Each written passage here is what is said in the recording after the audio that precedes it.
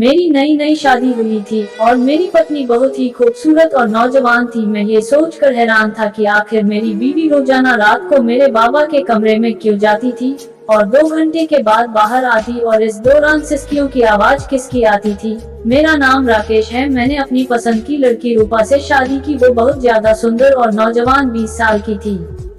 मैं 30 साल का था और वह सिर्फ 18 साल की। मैंने उसे कॉलेज जाते हुए बस में देखा था। मेरी पहली नजर उस पर पड़ते ही वो मेरे दिल में समा गई। आखिर यही है वो लड़की जिसकी मेरी माँ को तलाश थी। लेकिन लड़की तलाश करते करते मेरी माँ की मौत हो गई और बहन की शादी के बाद हर दिन मेरी बहन ने मुझे इसी बात के लिए जोर डाला कि शादी करके घर में किसी औरत को घर ले आ ताकि तुझे और बाबा को कोई परेशानी ना हो। लेकिन हजारों लड़कियों की तस्वीर देखने के बावजूद भी मुझे कोई लड़की पसंद ना आई। मेरी बहन ने तंग आकर लड़की ढूंढने का काम छोड़ दिया और मैं भी कॉलेज से आकर बैठ गया। रूपा को देखते ही मुझे लगा कि यह वही लड़की है जिसे मैं हमसफर बनाना चाहता हूँ, लेकिन ना ही मुझे उसका नाम मालूम था और ना ही पता। मैं बस यही सोचता रहा कि रूप को अपनी घरवाली बना लूं। फिर हर दिन उसी वक्त उस बस में सवार होने लगा। मैंने बहुत मुश्किल से इस लड़की का नाम और पता मालूम किया। इसका नाम रूप था। वह कॉलेज में नई दाखिल हुई थी, इसलिए अब मुझे बस में नजर आने लगी।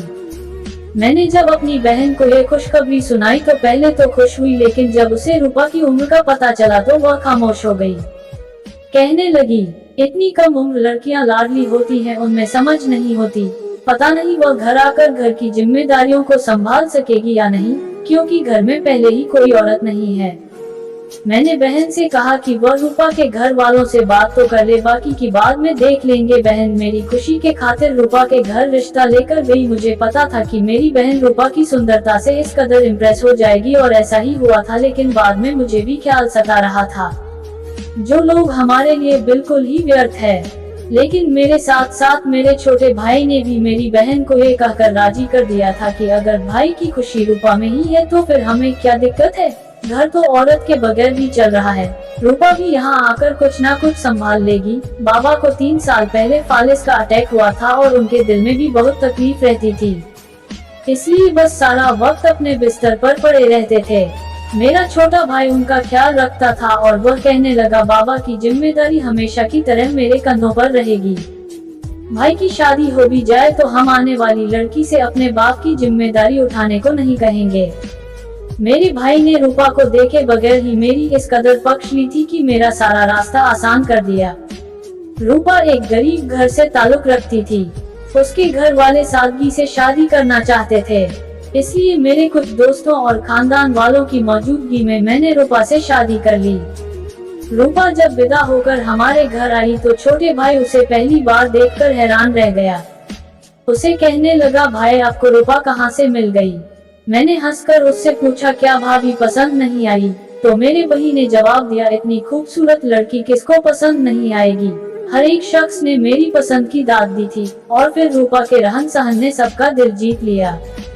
रूपा कम उम्र की जरूरत थी, लेकिन मुझसे भी ज्यादा समझदार थी। दूसरी लड़कियों की तरह चंचल नहीं थी।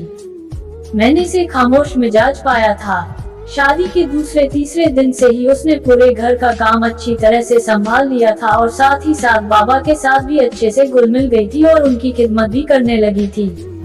मुझे हरगिज भी बुरा नहीं लगता था कि वह मेरे बाप को अपने बाप की जगह दे और इस तरह वह मेरे बाप की खिदमत करे। एक दिन ये बात मैंने छोटे भाई से कही तो कहने लगा, रूपा एक यतीम लड़की है, हो सकता है कि उन्हें हमारे बाप की सूरत में अपना बाप नजर आता हो। अगर वह अपनी कमी को पूरा करना चाहती है तो उससे अच्छी और क्या बात हो सकती है। मैं भी उसकी बात से राजी था और रूपा की खिदमत ने मेरे दिल में उसके लिए अच्छी जगह बना ली थी। मेरे दिल में शक इस वक्त पैदा हुआ जब मुझसे ज्यादा मेरे बाप को तवज्जो देने लगी।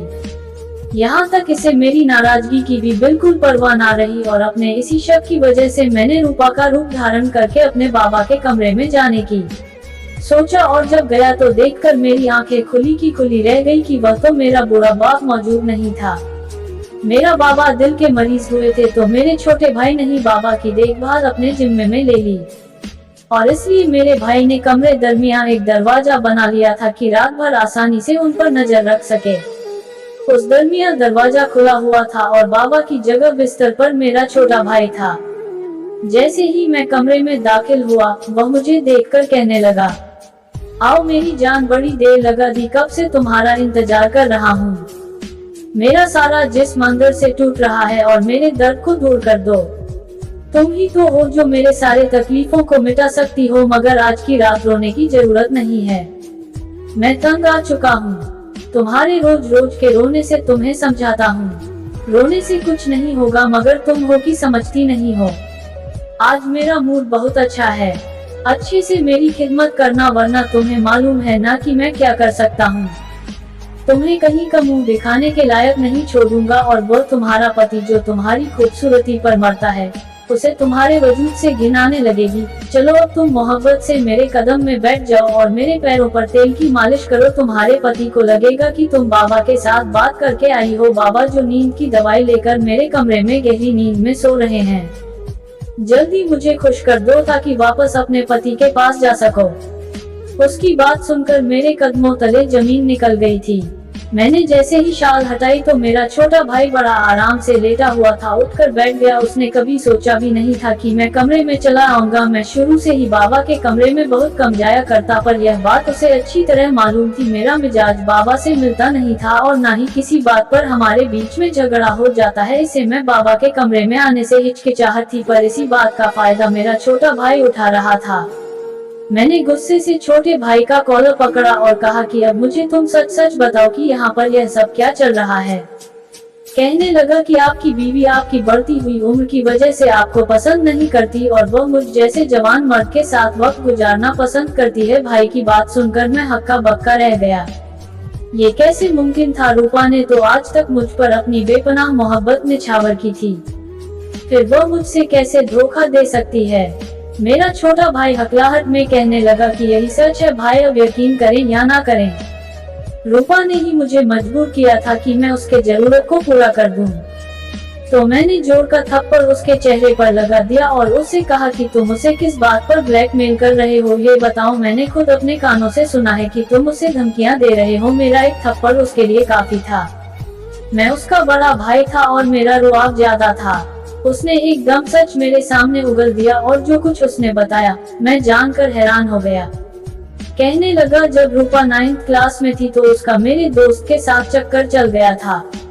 वह दोनों छुप छुप कर मिला करते, लेकिन फिर एक दिन रूपा की माँ के हाथों पकड़े गए। रूपा की माँ ने मारपीट करके मामला खत्म कर दिया, लेकिन मैं रूपा को पहचानता, इस बात से वाकिफ था कि वह मेरे दोस्त की पुरानी माशूक रह चुकी है।